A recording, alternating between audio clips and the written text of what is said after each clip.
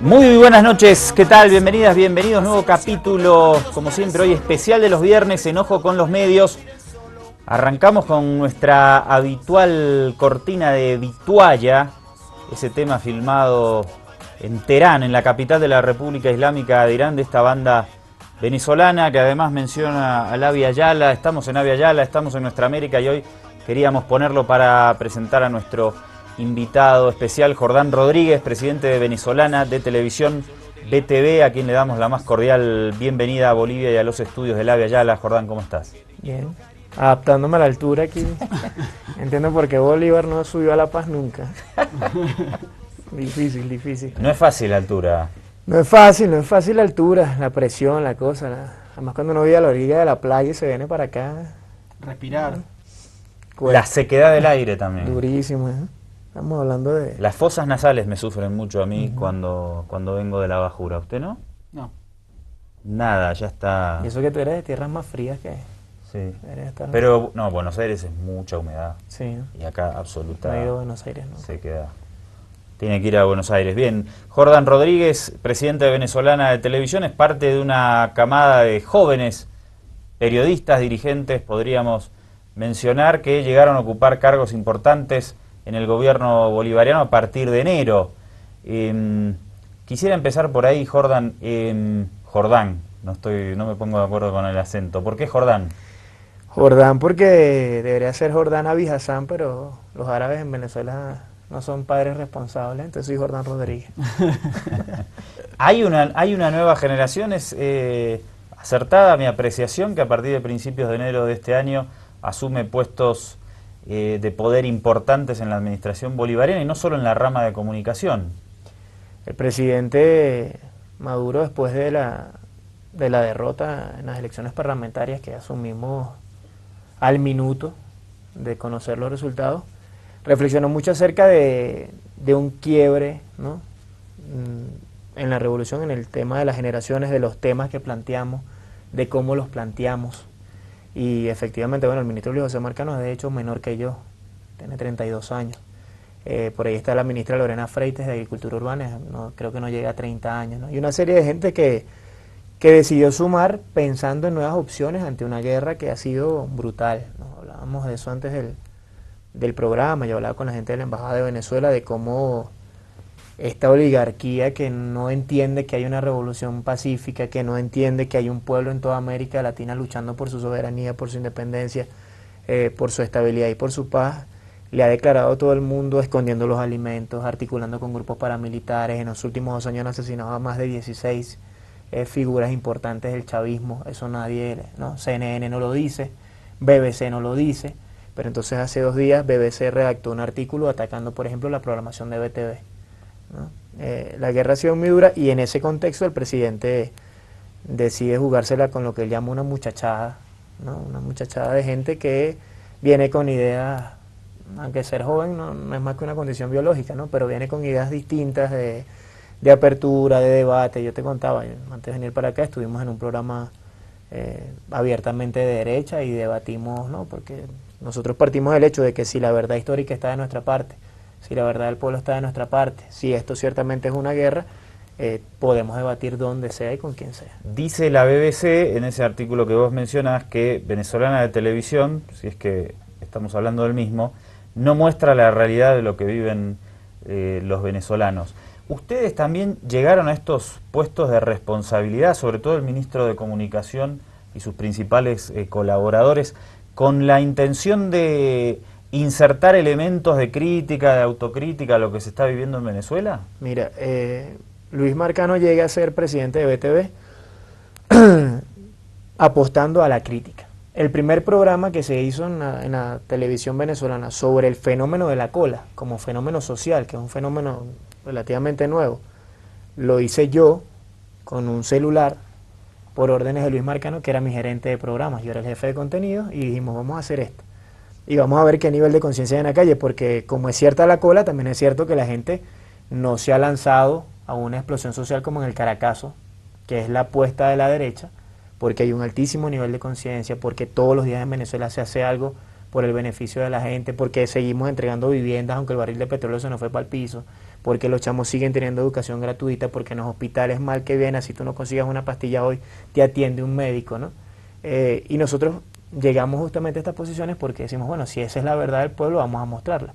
El primer programa que se hizo acerca de este fenómeno, que no lo hizo una emisora privada, lo hicimos en BTV, lo hicimos el 3 de octubre del año 2015. Yo de hecho respondía por Twitter a esta gente de BBC, ¿no? Les digo, es tan simple como meter en YouTube, poner Yo Me Pregunto, que es el nombre de ese programa, que en un primer momento lo hice yo y ha pasado por varias manos de varios equipos, lo hicimos nosotros.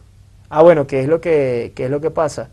Que BTV muestra la situación, pero muestra qué hay detrás de esa situación, ¿no?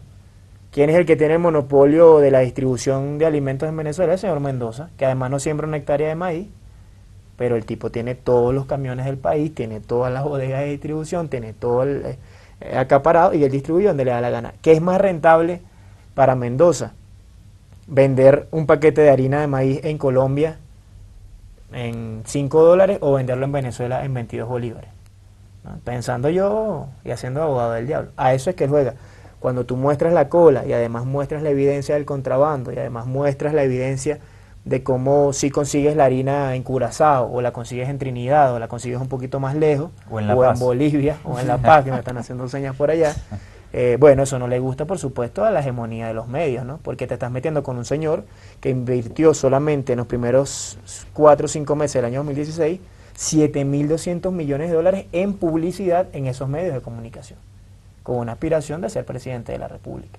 Mariano. Y cuando a principio de esta semana se dio la apertura de la frontera Táchira-Cúcuta, y justamente lo que los medios de comunicación mostraron fue una afluencia masiva hacia Colombia para comprar alimentos o medicinas. ¿Cómo se contrarresta también esa...? Fíjate. Porque eso ha sido la imagen de prácticamente y apertura de todos los noticieros internacionales. Claro, ahí hay varias cosas que decir. Antes de que Luis fuera presidente de BTV y antes de que fuera ministro éramos reporteros los dos. Y cuando el presidente Maduro toma la decisión de cerrar la frontera, una frontera donde todos sabemos es la más activa de América Latina y no por una economía limpia. ¿Quiénes juegan ahí? Grupos paramilitares, las AUC de Colombia. Guerrilla, narcotráfico, contrabando, eso es lo que hay ahí. Ahí conseguimos una casa, por ejemplo, donde tenían unas 50 niñas en situación de esclavitud sexual.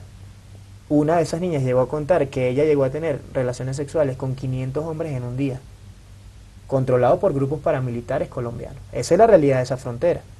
La otra realidad de esa frontera, lo que llaman las casas de cambio, donde destruyen el valor del bolívar, ¿no? Y es una de las peticiones de Venezuela. Bueno, vamos a ir viendo cómo se abre la frontera. Respeten el valor de nuestra moneda. Que se abre la frontera a 12 horas y la gente cruza a buscar comida. Ahí primero hay una gran mentira. Si tú revisas fotografías, vas a ver gente, de hecho hoy lo hacían a tono de broma, el venezolano no, todo lo toma. Fotos de gente con pacas y pacas de papel higiénico, que es uno de los productos que se ha utilizado como bandera de esta guerra económica. Y alguien decía, ¿cómo preparan el papel higiénico para comer? ¿No? La realidad del norte de Santander es que tiene por lo menos 20 años creciendo a costillas de Venezuela. Todos los productos, las medicinas, millones de dólares, por ejemplo, de la banca privada, Banco Banesco, con nombre y apellido. Ese banco mueve todos los días más de 1.500 millones de dólares a la zona de la frontera. ¿Con qué intención? Con la intención de fracturar el sistema económico venezolano. Bueno, que se abre y la gente cruza y consigue. Yo lo decía en un tuit, es muy triste que un venezolano cruce la frontera y tenga que pagar en pesos colombianos una harina que se produce en Venezuela. Además, la noticia resulta extraña. Con Andrés estuvimos hace poquito más de un año justamente ahí en la frontera, y lo que observábamos abiertamente del lado colombiano en Cúcuta era la presencia masiva de productos venezolanos. Todos los productos. Tremendo. Entonces, digamos, esta noticia resulta, digamos, incluso extraña porque al calor del cambio monetario entre ambos países. Recordemos que los medios van a ir tocando la música, ¿no?, que les convenga en ventanitas muy pequeñas, ¿no? Ellos en un primer momento, Maduro es colombiano y no puede ser presidente. Esa fue la primera. Por ahí les mandaron una carta, mire compadre, la cosa no es así, buscamos en todos lados y ese señor es venezolano, ¿no? Entonces no dicen nada de eso. Pero además Maduro dice, voy a cerrar la frontera porque no me la calo más, pana. Ustedes me están desangrando el país, se están llevando millones. O sea, el tema de la gasolina. Que tú te pares en el puente Simón Bolívar aquí y disculpa camarógrafo, y a 400 metros veas que es legal que se saque la gasolina de los carros venezolanos y se comercialice en precio internacional, cuando en Venezuela hasta hace nada no era que nos regalaban la gasolina, era que nos pagaban por echar gasolina. O sea, no hay una fórmula de calcular la pérdida del subsidio de la gasolina durante años y años. Cuando el hombre decide cerrar la frontera, después de que decían que era colombiano, no, él es anticolombiano. Él odia a los colombianos, y entonces fíjense cómo, y empezó RCN, y NTN24 y CNN, la foto dramática de la gente con la nevera y la cosa y tal y qué sé yo. Ahora, un año después, miren cómo en Colombia sí amamos a los venezolanos y abrimos la frontera. Es decir, la manipulación es brutal. Lo cierto es que la situación en la frontera colombo-venezolana no es una situación regular, no es una situación sana para ninguno de los dos países, ¿no? Y en ese caldo de cultivo, ¿quiénes progresan? Hay un alcalde en Ureña, no sé si llegaron a ir a Ureña, es uno de los puntos más cerrados de la frontera. El alcalde es del Partido Voluntad Popular, del que era secretario general Leopoldo López. Ese señor en su casa tiene una trocha. Una trocha es un camino por donde la gente contrabandea. Y el pran de la trocha, el pran es aquí le dicen el capo, ¿no? El jefe de la vaina, es el alcalde del partido de oposición que cobra por el paso a través de su casa, un peaje. O sea, bajo ese tipo de irregularidades, tú dices, ¿qué frontera es esta, no? Y ves cómo estos medios juegan siempre a tratar de atacar por cualquier lado ese tipo de situaciones irregulares. Pero nunca han hecho un reportaje, por ejemplo, sobre cuántos millones de dólares pierde Venezuela por contrabando de extracción de combustible. O cómo es eso de que la gente dejó de pasar pacas de harina o dejó de traficar droga en la frontera colombo-venezolana porque tú ibas a la farmacia, comprabas 2 paqueticos de acetaminofén que te cuestan 25 bolívares cada uno, te los metes en el bolsillo, pasas a Colombia y te traes de 50 bolívares que invertiste 5 millones de bolívares, ¿no? Más allá del precio del bolívar, saque usted la cuenta entre 25 y 5 millones. Esa es una economía sana.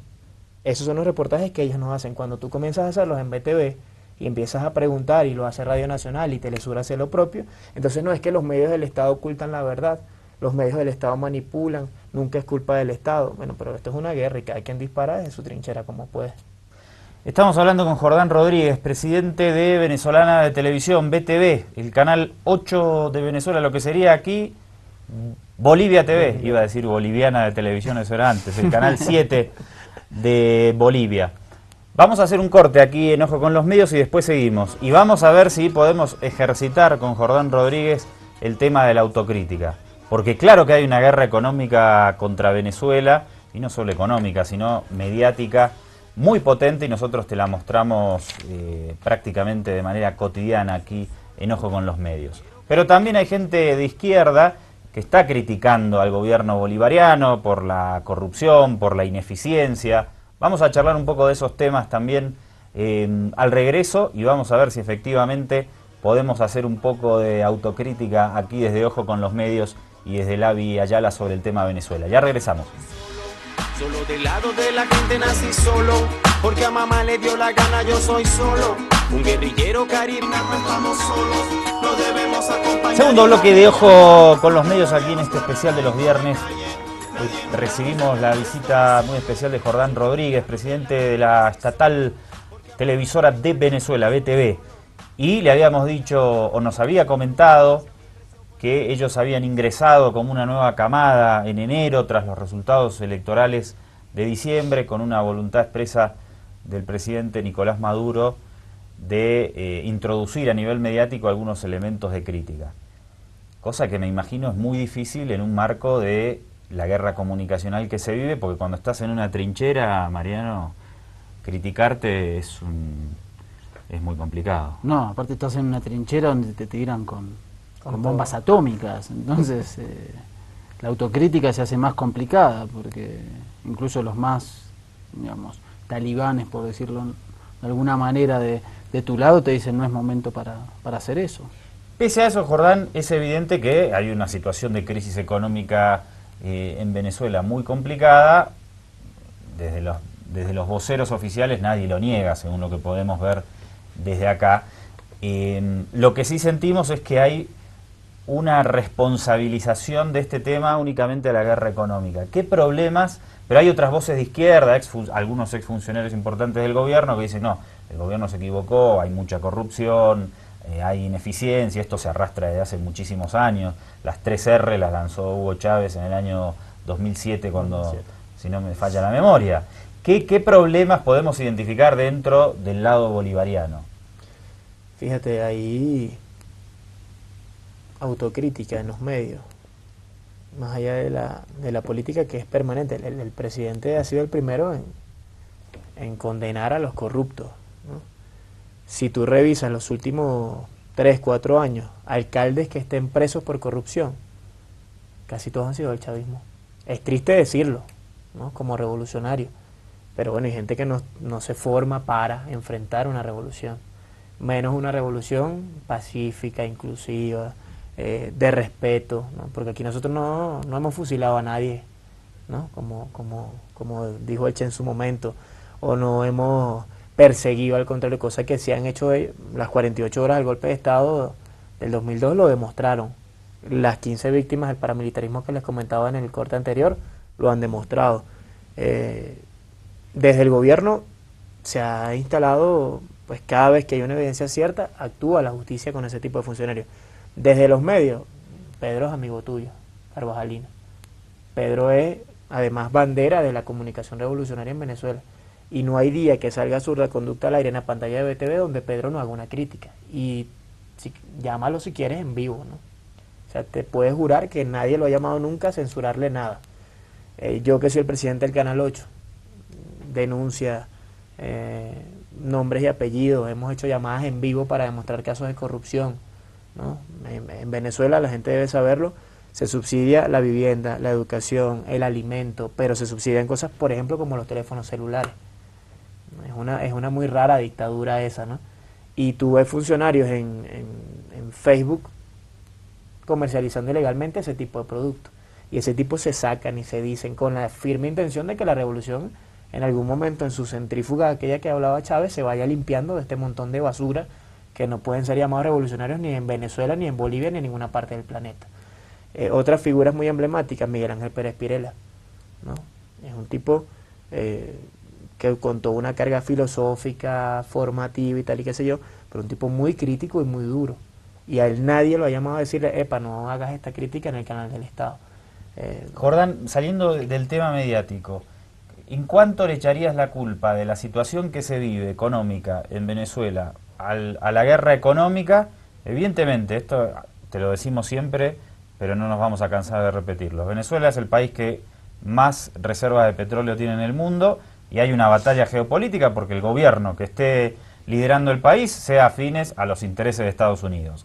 Esto es evidente. Y cuando a Estados Unidos no le gusta un gobierno en cualquier parte del mundo, hace lo que puede por sacárselo de encima.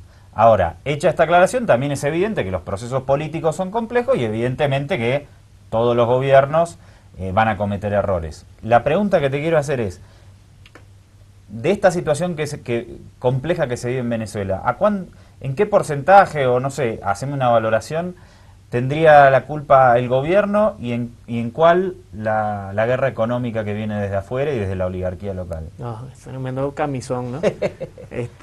Honestamente, 70-30. 70-30. Yo creo que cuando tú tienes un empresariado, por ejemplo, que dejó que la planta industrial del país tuviera 50 años de atraso. Hoy hablábamos del metro, Patricia fue a Caracas.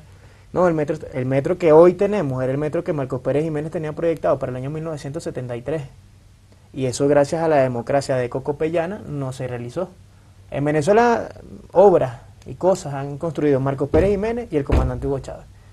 40 años perdidos por esta gente que lo que hizo fue montar monopolios como Empresas Polar o como cualquier otro monopolio de esos que hoy tienen el 70% de la responsabilidad. Porque es que además todo lo que han logrado generar lo han invertido en planes de golpe de Estado, en medios de comunicación golpistas como los medios privados, no tengo ninguna pena en decirlo, y yo le doy 30% al sector Estado, porque ciertamente cuántos militares no agarramos nosotros de rango medio? Yo mismo los grabé en la frontera y los mandamos presos, contrabandeando alimentos, por ejemplo. O los funcionarios que dejaron perder no sé cuántas toneladas de alimentos en un puerto, ¿no? Ciertamente los procesos, como tú mismo dices, son sumamente complicados.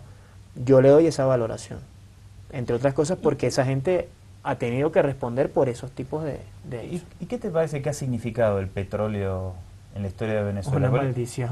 Porque el otro día hablábamos de eso sobre el Medio Oriente, ¿no? En Venezuela, ¿vos qué valoración haces? Es una maldición. ¿Por qué? Porque nuestro país era un país agrícola, era un país... Cuando nosotros hablamos de que las potencialidades de Venezuela son infinitas, no es un eslogan publicitario. O sea, en Venezuela, en cualquier parte tú tiras una semilla de cualquier cosa, no tienes los problemas de aridez que puedes tener aquí en Bolivia. Y se da. Te estoy hablando desde la zona desértica de donde vengo yo, hasta la selva más profunda en el Amazonas. Puedes producir ahí cualquier cantidad de alimentos, solamente por hablar de alimentos. El área turística, un país que tiene más de 1.500 kilómetros de costa, que además de las mejores del planeta, todos los venezolanos que están aquí extrañan esas costas, y que eso no se haya explotado, porque lo más fácil era, bueno, en Venezuela hay un dicho, tú golpeas la tierra 2 veces y salen $4.5 diarios, con cada patada. ¿Qué representó eso? Bueno, que la gente se dedicara a eso.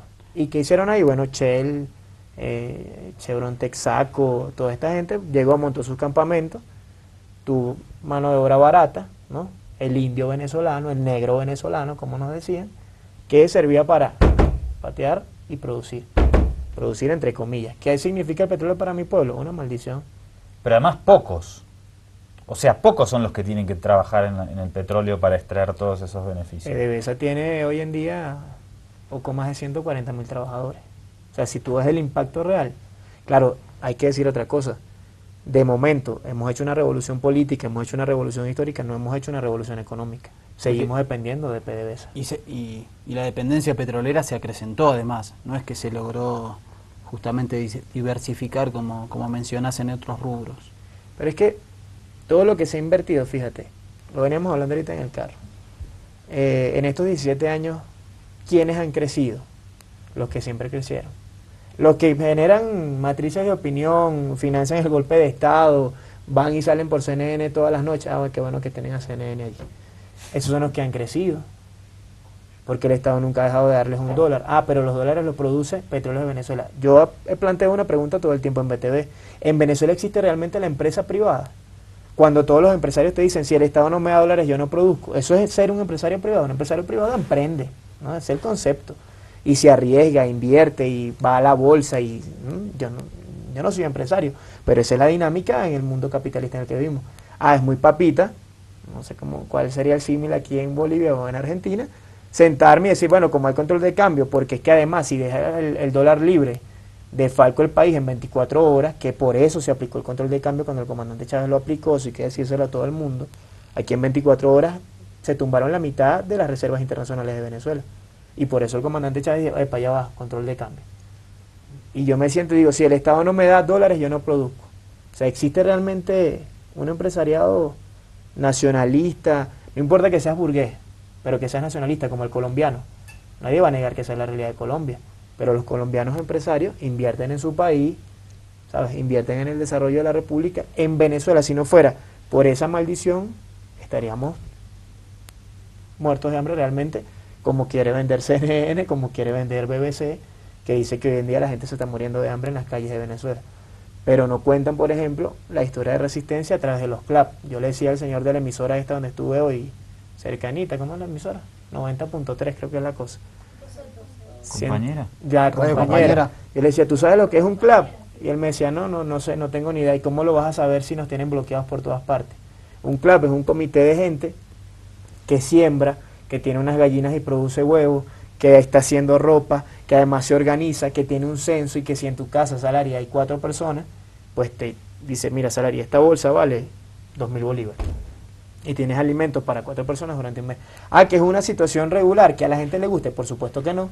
A todo el mundo le gusta ir a un centro comercial y comprar lo que le dé la gana, ¿no? O en un mercado popular o donde sea. Ah, pero como hay una situación de guerra, hay una respuesta de guerra.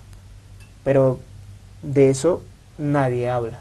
Jordán, A ver, vos corregime, Mariano, porque el otro día yo le comentaba a Mariano, hace como un mes, mataron a un dirigente chavista, y yo le dije, vamos a hacer un raconto porque son un montón.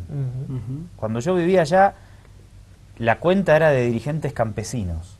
Más de 400. Más de 400 dirigentes campesinos asesinados.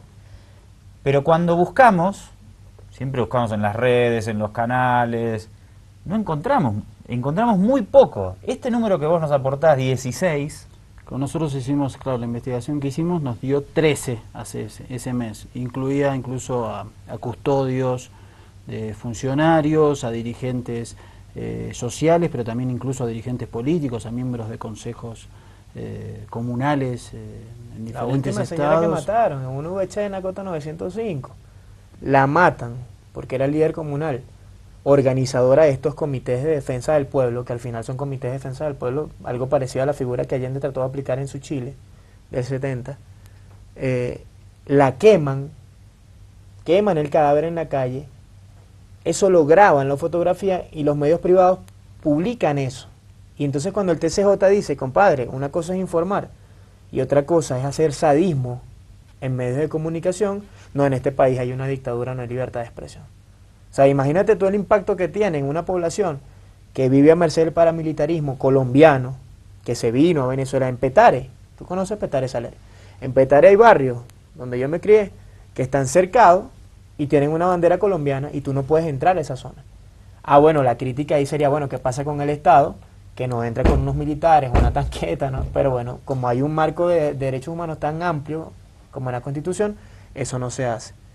Pero Jordán, fuera de estos 16 líderes chavistas asesinados en los últimos tiempos, que nosotros ni siquiera pudimos, trabajando en esto y conociendo, ni siquiera nosotros pudimos ubicar, ¿hay algún otro tema que esté silenciado en los grandes medios que sea tan... Porque 16 líderes del chavismo asesinados es un dato muy potente, que no lo dice nadie. Almagro se debería trabajar en este tema. Pero si no habla de México, va a hablar de 16 chavistas muertos. Ay, o de ni Brasil, Estados Unidos, ni de Honduras. O de Honduras. ¿Cuántos periodistas han matado en Honduras? ¿Hay algún otro tema así tan significativo que esté silenciado por los grandes medios?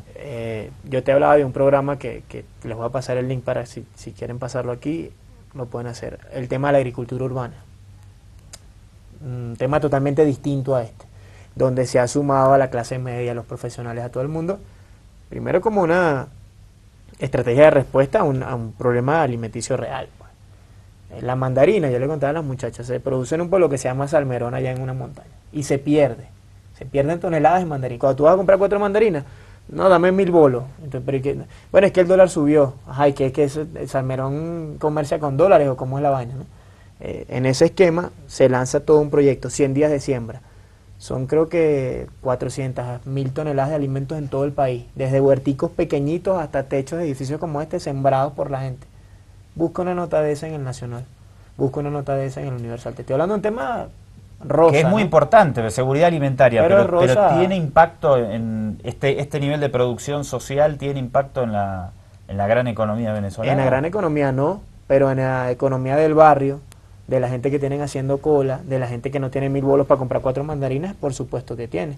Además del impacto que tiene que tú tengas a una masa popular buscando soluciones. Es el concepto de el país que quiere solucionar sus problemas y el país que quiere que se invada para acabar con todo lo que parezca chavismo. En Venezuela en este momento hay una guerra por borrar todo lo que simbólicamente recuerde a Chávez, se parezca a Chávez. En esa nota de BBC hay un párrafo muy específico donde este hombre habla de un ejercicio de egolatría.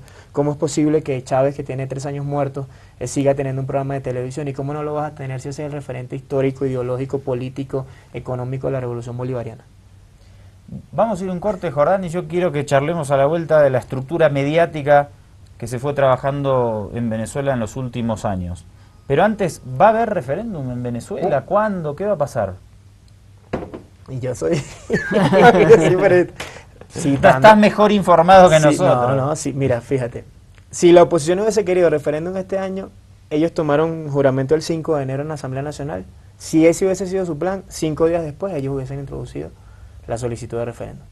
Lo hicieron en abril, perdieron el tiempo. Los tiempos no les dan.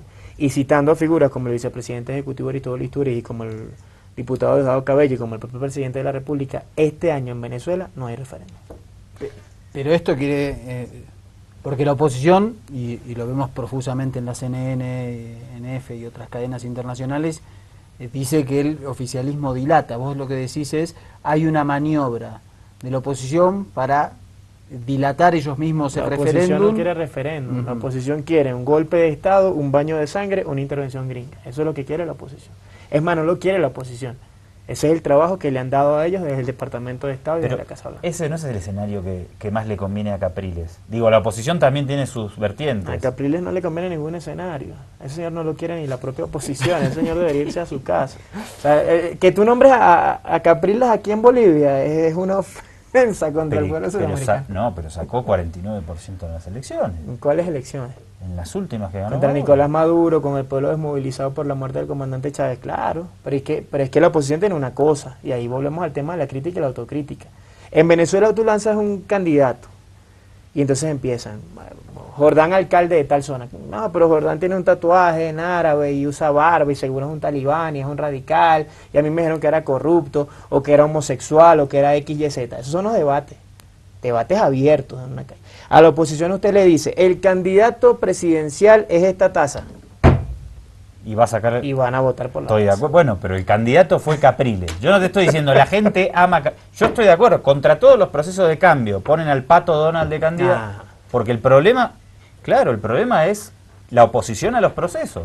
La derecha quiere que los procesos se terminen. Si el candidato es Capriles, la tasa o el Pato Donald es lo mismo. Es lo mismo. Pero en Venezuela el candidato fue Capriles. ¿Y qué pasa? Y me parece que, o sea, a él no le conviene la salida violenta, que sí me parece que promueve más Leopoldo. Pero es que él está divorciado de Leopoldo. Por eso. Por eso. Y eso es una fractura clara. Que ellos se vendan como mesa de la unidad es otra cosa. Porque él es el único que ha dicho abiertamente, no podemos ir a una salida violenta porque tenemos a la mitad del pueblo que cree en Chávez, que cree en este proceso bolivariano. Lo que ha pasado en los últimos 6 meses. Lo ha dicho abiertamente, es el único que le he escuchado decir algo de esa naturaleza. Yo no tengo una encuesta fidedigna, pero en vista de la torta que ha puesto esta Asamblea Nacional en 6 meses, que no ha discutido una ley que pase el filtro del Tribunal Supremo de Justicia, en Venezuela hay un sistema de contrapeso. Cada vez que el chavismo promovió una ley, eso iba al TCJ y decían, mira, si funciona, es constitucional y tal, y qué sé yo. Y allá hay magistrados de derecha, de izquierda, de centroizquierda, de ultra, ¿no? Y eso tiene un sistema científico para medirlo. Esta gente lleva 6 meses y no ha pasado un examen. Para que nosotros entendamos a la oposición, Jordán, que a veces también lo hemos tratado acá, entendemos nosotros que ni Leopoldo López ni María Corina Machado, que es otra exdiputada ultraderechista, demasiado cercana a Estados Unidos, ellos no quieren, la gente que se reunió en Miami no quiere... Ramos Ayub también. No quiere una salida democrática, no quiere un referéndum, quiere un golpe, ¿no? ¿Capriles es lo mismo?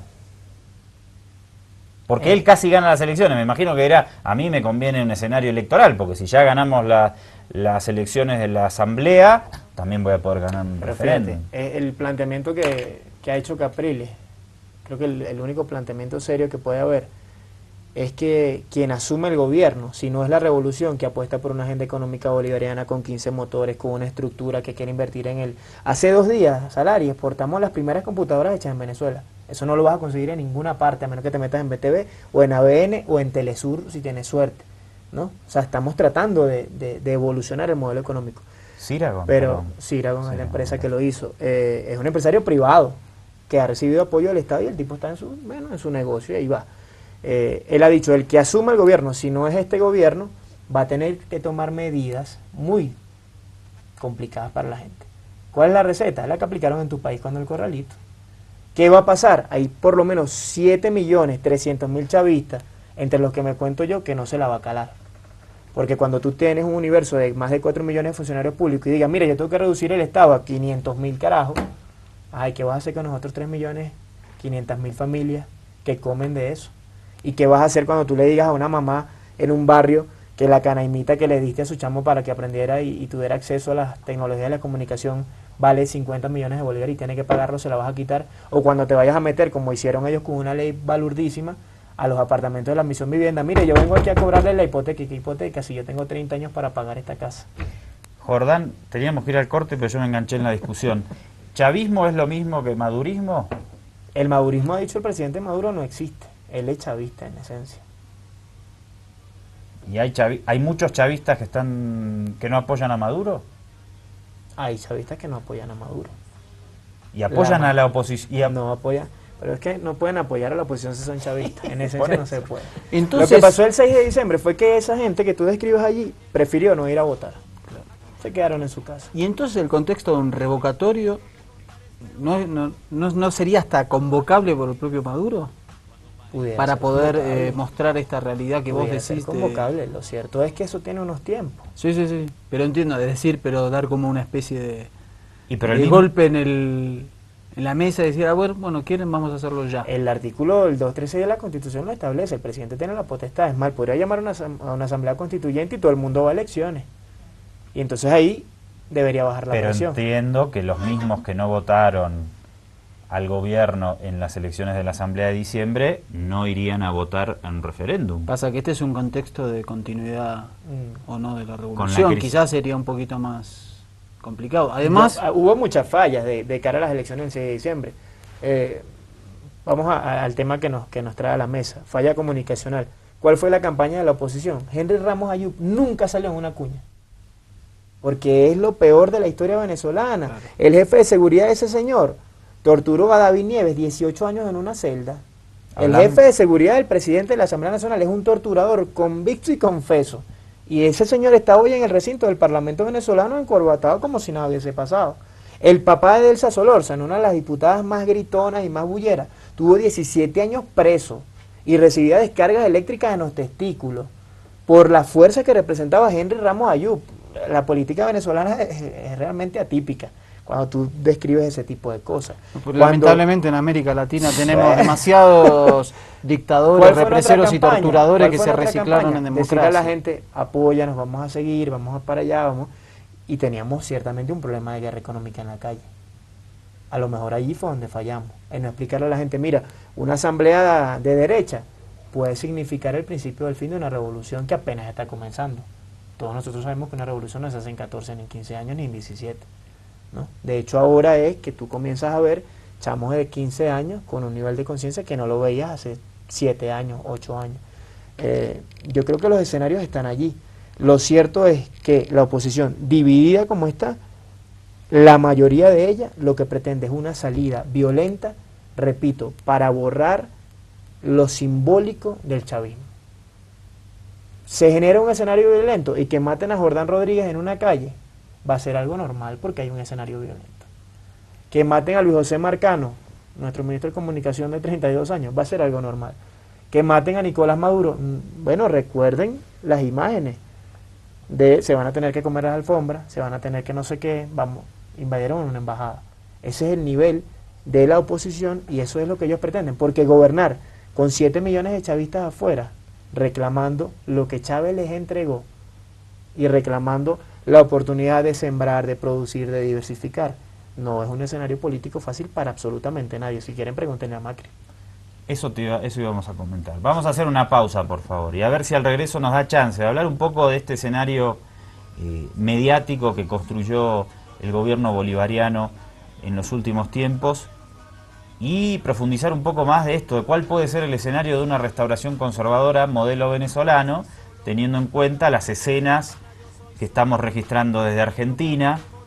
Claro que es una realidad diferente. Desde Brasil, con la llegada de Temer y el golpe a Dilma, que tal vez retroceda, pero bueno, me parece que es un ejercicio importante, teniendo en cuenta además esto, que ya dentro del gobierno bolivariano, del proceso bolivariano, hay más de 400 dirigentes campesinos combativos asesinados.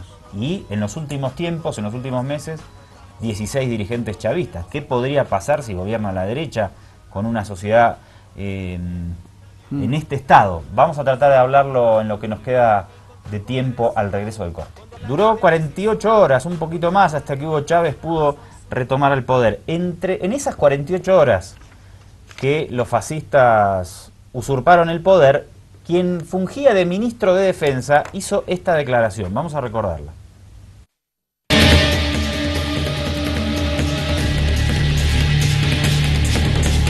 Afortunadamente tenemos una gran arma, que son los medios de comunicación. Si ustedes, el pueblo de Ciudadanos vio hoy, el ejército ni la Fuerza Armada hizo un disparo.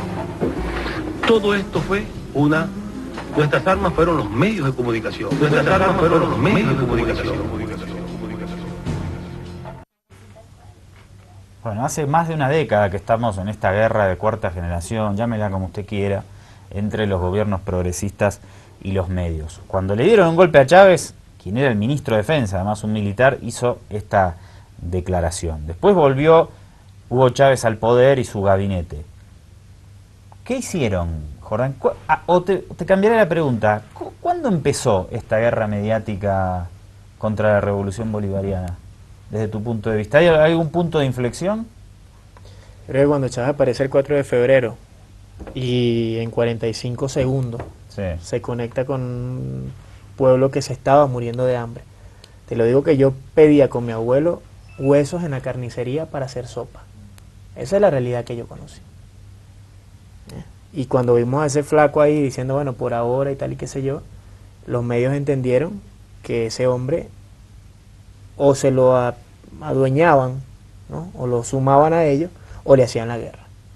Bueno, como el hombre no se dejó, desde que Chávez, recuerdo yo un evento en la Plaza Caracas, se soltó la corbata y dijo que él iba a construir un gobierno para la mayoría, que él iba a reivindicar a la clase obrera, que él iba a dar de comer al pobre, no es el candidato de los medios burgueses.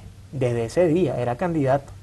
Después se reunió con Fidel Castro, peor, ¿no? Fidel Castro que come niños, que no sé qué, que es un asesino, que traicionó al Che, que mató a Camilo Cienfuegos.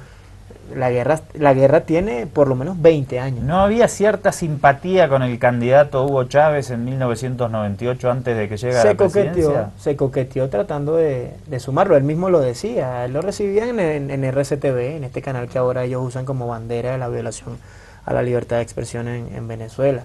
Y Marcel Granier lo llegó a recibir, el señor Cisneros, el mismo que le da el golpe de Estado ese día en ese canal del cual tú sacas ese video que es Venevisión, lo recibía, ¿no? Y Ángela Sago, por ejemplo, que me dio clases a mí en la Universidad Central de Venezuela, pues iba y le llevaba comida con Napoleón Bravo a su celda en la cárcel de Yare. Y le decían cosas como que, Hugo, si llegas a ser presidente, el ministro de Comunicación soy yo. Napoleón Bravo es el que sale en esos mismos días diciendo, puedo decir que se reunieron en mi casa, ¿sabes? Este conductor de programas matutinos que fue uno de los artífices de ese golpe de Estado de por esos días. ¿Y esto marca un punto de inflexión, ese golpe en la relación del gobierno bolivariano con los medios? Total, ahí es donde el comandante Chávez entiende que la comunicación es estratégica, comienza un rescate de Venezolana de Televisión que esta gente pretendió privatizar. Marta Colomina, la pueden buscar ahí, Marta Colomina, las cosas que dice de mi país. Esa señora fue presidenta de BTV, tuvo el cargo que yo tengo hoy en día. Esa señora, datos más, datos menos, se robó por lo menos 1.500 metros de granito, que era un intercambio con una empresa de granito, eso que uno le coloca al piso, que eran para el Canal 8, para hacer su apartamento de 2 pisos en una zona al este de Caracas. Son unos rateros, toda la vida lo han sido. Y entonces ahora vienen a hablar de corrupción, de libertad. Contanos, Jordán, ¿cuál fue la estrategia del gobierno bolivariano en este proceso? Pongámosle como fecha de inicio este golpe en 2001. ¿Qué hizo el gobierno bolivariano? Contanos acá en Bolivia, que la gente no conoce a detalle, ¿cuál fue la estrategia? ¿Comprar medios? ¿Estatizarlos? No, fíjate, el Cañón, como le llamaba Hugo Chávez, que es el canal que yo represento hoy en día, recibió una fuerte inversión. Pero no solamente se quedaron ahí, nacieron medios como Vive Televisión, Ávila TV, que es un canal juvenil, el canal de la Asamblea Nacional, que hoy en día no funciona con esta gente que decidió cerrarlo. Hoy en día la Fuerza Armada tiene un canal de televisión, los medios alternativos y comunitarios recibieron formación, equipo, financiamiento, emisoras de radio por todas partes. Fortalecimiento del aparato estatal. Hoy en día estamos discutiendo en Venezuela la ley de comunicación popular. Eso tampoco lo vas a ver en ningún medio privado, no les interesa, porque ahí se establece, entre otras cosas, por ejemplo, que tú tienes que darle espacio en tu parrilla a los comunicadores alternativos y comunitarios. Como no usan corbata, como no tienen un título universitario, entonces para ellos no son periodistas. Ese es el debate. Ese es el debate de dos modelos. Todo eso nace con ese golpe de Estado y cuando el comandante Chávez entiende que la comunicación puede salvar o hundir un proceso político. En Argentina tenemos unos monopolios mediáticos monstruosos, como 2 o 3 grupos, entre ellos sobresalta el grupo Clarín, y justamente el proceso kirchnerista en esos 12 años lo que intentó fue crear medios alternativos, programas específicos, fortaleció el aparato del Estado, pero a la llegada del macrismo al poder, muchos de esos medios cayeron porque se sostenían básicamente por una pauta oficial. Es decir, cómo poder construir medios propios, medios alternativos a los medios hegemónicos, a esos tanques de comunicación, pero no perderlos ante la eventualidad, que siempre es muy factible, de que procesos de cambio dejen de gobernar los países. Y hay varias iniciativas. Telesur tiene esto de Ciudadano Telesur, por ejemplo, ¿no? Buscando algunas opciones. En Venezolana de Televisión estamos planteándonos, por ejemplo, en este momento con la Agenda Económica Bolivariana, hay 300 empresarios venezolanos que se han sentado con el Estado para fortalecer sus industrias e impulsar la economía nacional. Nosotros hemos planteado, bueno, si esta gente tiene un proyecto nacionalista, más allá de que vote por Maduro o vote por el señor Capriles en alguna elección, puede tener una pauta. Yo creo que los medios tienen que comportarse como medios, ¿no? Depender de un papá Estado todopoderoso que puede caer por un golpe parlamentario como le pasó a Dilma, que puede caer por un secuestro militar como le pasó a Zelaya o Aristide en Haití, o que pueda caer por una elección, no es nada lógico. Y los medios alternativos deberían ir trabajando en su proceso de sostenibilidad, los alternativos, los oficiales. Es decir, una cosa es que tú tengas una línea editorial y otra cosa es que tú no puedas vivir si el Estado no te da una pauta publicitaria. Creo que hay buenos ejemplos de cosas que se pueden hacer sin privatizar la comunicación. En ese 2001 hubo 4 o 5 medios que se confabularon abiertamente, lo admitieron al aire, etcétera, para dar el golpe. ¿Cuál golpe?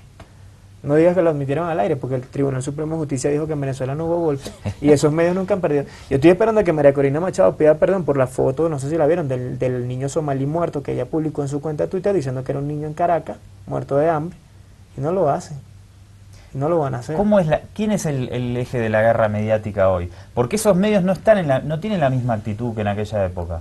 Ellos han jugado a mimetizarse, ¿sabes? El tema de las redes les ha servido porque entonces ahora yo medio no digo nada, pero les muestro lo que está pasando en el mundo 2.0 y ahí la gente está diciendo cualquier cantidad de cosas. Ay, miren, un tuit de María Machado que tiene una foto de una niña muerta de hambre y dice que es Venezuela y después resulta que cuando tú buscas el archivo original es una niña en Somalia.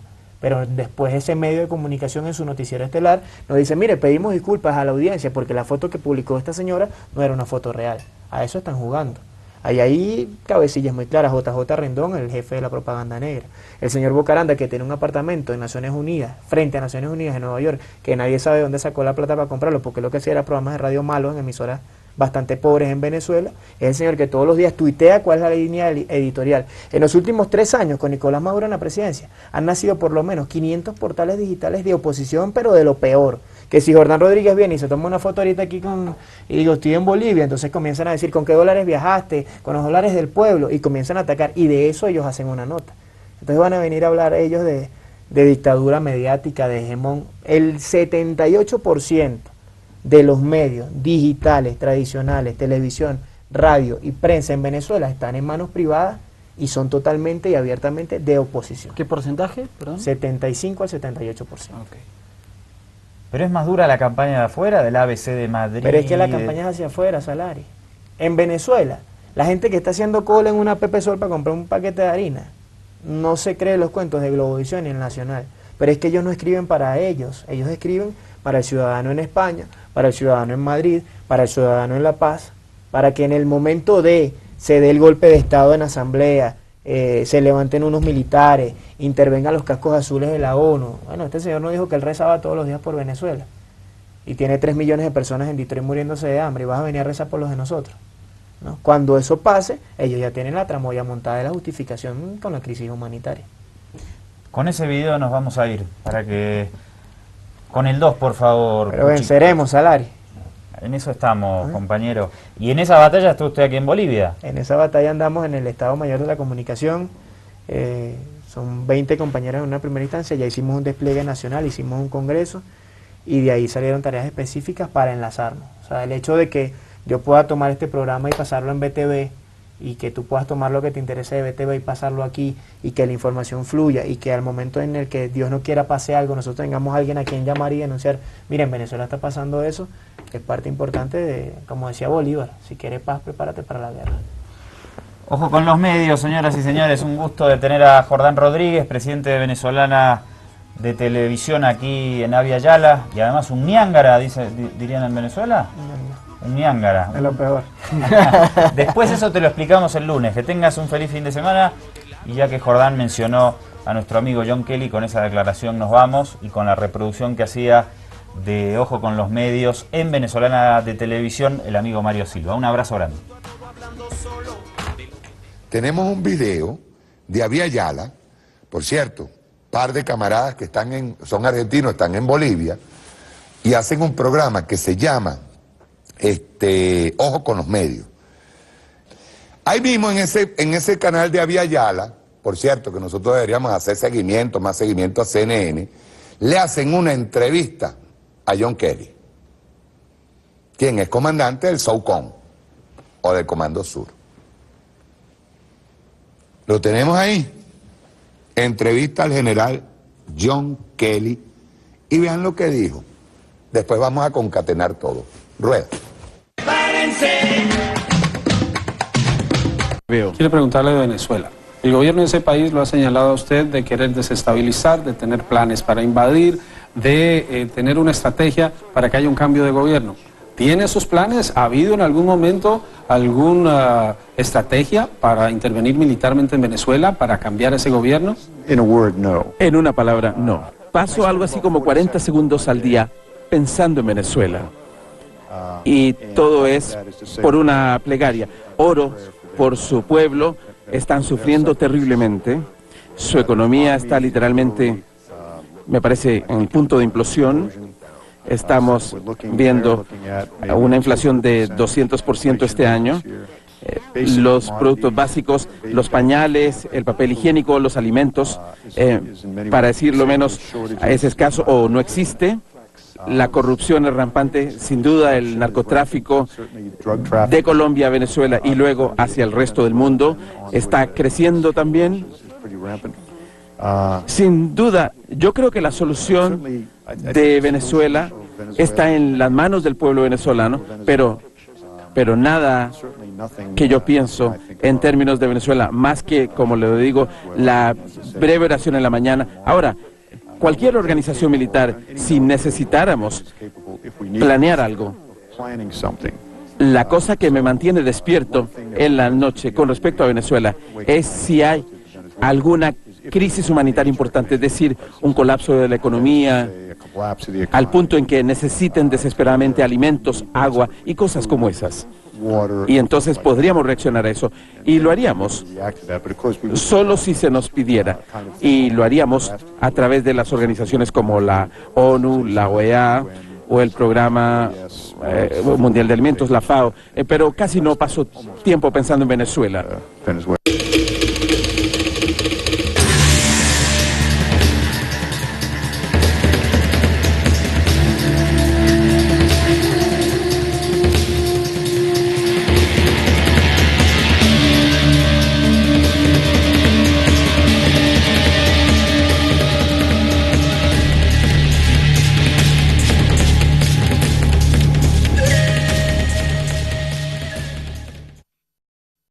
Muy buenas noches, ¿qué tal? Bienvenidas, bienvenidos, nuevo capítulo, como siempre hoy especial de los viernes en Ojo con los Medios. Arrancamos con nuestra habitual cortina de Vitualla, ese tema filmado en Teherán, en la capital de la República Islámica de Irán, de esta banda venezolana que además menciona a Avia Yala. Estamos en Avia Yala, estamos en Nuestra América, y hoy queríamos ponerlo para presentar a nuestro invitado especial, Jordán Rodríguez, presidente de Venezolana de Televisión BTV, a quien le damos la más cordial bienvenida a Bolivia y a los estudios de Avia Yala. Jordán, ¿cómo estás? Bien, adaptándome a la altura aquí. Entiendo por qué Bolívar no subió a La Paz nunca. Difícil, difícil. No es fácil la altura. No es fácil la altura, la presión, la cosa. Además cuando uno vive a la orilla de la playa y se viene para acá. Respirar. La sequedad del aire también. Durísimo, ¿eh? Estamos hablando de... Las fosas nasales me sufren mucho a mí cuando vengo de la bajura. ¿Usted no? No. Nada, ya está... Y eso que tú eres de tierras más frías que... Sí. Pero, no, Buenos Aires es mucha humedad. Sí. Y acá absoluta... No he ido a Buenos Aires, ¿no? Sequedad. Tiene que ir a Buenos Aires. Bien, Jordán Rodríguez, presidente de Venezolana de Televisión, es parte de una camada de jóvenes periodistas, dirigentes, podríamos mencionar, que llegaron a ocupar cargos importantes en el gobierno bolivariano a partir de enero. Quisiera empezar por ahí, Jordán. Jordán, no me pongo de acuerdo con el acento. ¿Por qué Jordán? Jordán porque debería ser Jordán Abí Hassan, pero los árabes en Venezuela no son padres responsables, entonces soy Jordán Rodríguez. Hay una nueva generación, es acertada mi apreciación, que a partir de principios de enero de este año asume puestos de poder importantes en la administración bolivariana y no solo en la rama de comunicación. El presidente Maduro, después de la derrota en las elecciones parlamentarias que asumimos al minuto de conocer los resultados, reflexionó mucho acerca de un quiebre, ¿no?, en la revolución, en el tema de las generaciones, de los temas que planteamos, de cómo los planteamos. Y efectivamente, bueno, el ministro Luis José Marcano es de hecho menor que yo, tiene 32 años. Por ahí está la ministra Lorena Freites de Agricultura Urbana, creo que no llega a 30 años, ¿no? Y una serie de gente que decidió sumar. Venezolana de Televisión, si es que estamos hablando del mismo, no muestra la realidad de lo que viven los venezolanos. Ustedes también llegaron a estos puestos de responsabilidad, sobre todo el ministro de Comunicación y sus principales colaboradores, con la intención de insertar elementos de crítica, de autocrítica a lo que se está viviendo en Venezuela. Mira, Luis Marcano llega a ser presidente de BTV apostando a la crítica. El primer programa que se hizo en la televisión venezolana sobre el fenómeno de la cola, como fenómeno social, que es un fenómeno relativamente nuevo, lo hice yo con un celular por órdenes de Luis Marcano, que era mi gerente de programas. Yo era el jefe de contenido y dijimos, vamos a hacer esto. Y vamos a ver qué nivel de conciencia hay en la calle, porque como es cierta la cola, también es cierto que la gente no se ha lanzado a una explosión social como en el Caracazo, que es la apuesta de la derecha, porque hay un altísimo nivel de conciencia, porque todos los días en Venezuela se hace algo por el beneficio de la gente, porque seguimos entregando viviendas aunque el barril de petróleo se nos fue para el piso, porque los chamos siguen teniendo educación gratuita, porque en los hospitales, mal que bien, si tú no consigas una pastilla hoy, te atiende un médico, ¿no? Y nosotros llegamos justamente a estas posiciones pensando en nuevas opciones ante una guerra que ha sido brutal, ¿no? Hablábamos de eso antes del programa, yo hablaba con la gente de la Embajada de Venezuela de cómo esta oligarquía que no entiende que hay una revolución pacífica, que no entiende que hay un pueblo en toda América Latina luchando por su soberanía, por su independencia, por su estabilidad y por su paz, le ha declarado a todo el mundo escondiendo los alimentos, articulando con grupos paramilitares. En los últimos 2 años han asesinado a más de 16 figuras importantes del chavismo. Eso nadie, ¿no? CNN no lo dice, BBC no lo dice, pero entonces hace 2 días BBC redactó un artículo atacando, por ejemplo, la programación de BTV, ¿no? La guerra ha sido muy dura y en ese contexto el presidente decide jugársela con lo que él llama una muchachada, ¿no? Una muchachada de gente que viene con ideas, aunque ser joven no es más que una condición biológica, ¿no? Pero viene con ideas distintas de apertura, de debate. Yo te contaba, antes de venir para acá estuvimos en un programa abiertamente de derecha y debatimos, ¿no? Porque nosotros partimos del hecho de que si la verdad histórica está de nuestra parte, si la verdad del pueblo está de nuestra parte, si esto ciertamente es una guerra, podemos debatir donde sea y con quien sea. Dice la BBC en ese artículo que vos mencionás que decimos, bueno, si esa es la verdad del pueblo, vamos a mostrarla. El primer programa que se hizo acerca de este fenómeno, que no lo hizo una emisora privada, lo hicimos en BTV, lo hicimos el 3 de octubre del año 2015. Yo de hecho respondía por Twitter a esta gente de BBC, ¿no? Les digo, es tan simple como meter en YouTube, poner Yo Me Pregunto, que es el nombre de ese programa, que en un primer momento lo hice yo y ha pasado por varias manos de varios equipos. Lo hicimos nosotros. Bueno, ¿qué es lo que pasa? Que BTV muestra la situación, pero muestra qué hay detrás de esa situación, ¿no? ¿Quién es el que tiene el monopolio de la distribución de alimentos en Venezuela? El señor Mendoza, que además no siembra una hectárea de maíz, pero el tipo tiene todos los camiones del país, tiene todas las bodegas de distribución, tiene todo el acaparado y él distribuye donde le da la gana. ¿Qué es más rentable para Mendoza? ¿Vender un paquete de harina de maíz en Colombia en $5 o venderlo en Venezuela en 22 bolívares? ¿No? Pensando yo y haciendo abogado del diablo. A eso es que él juega.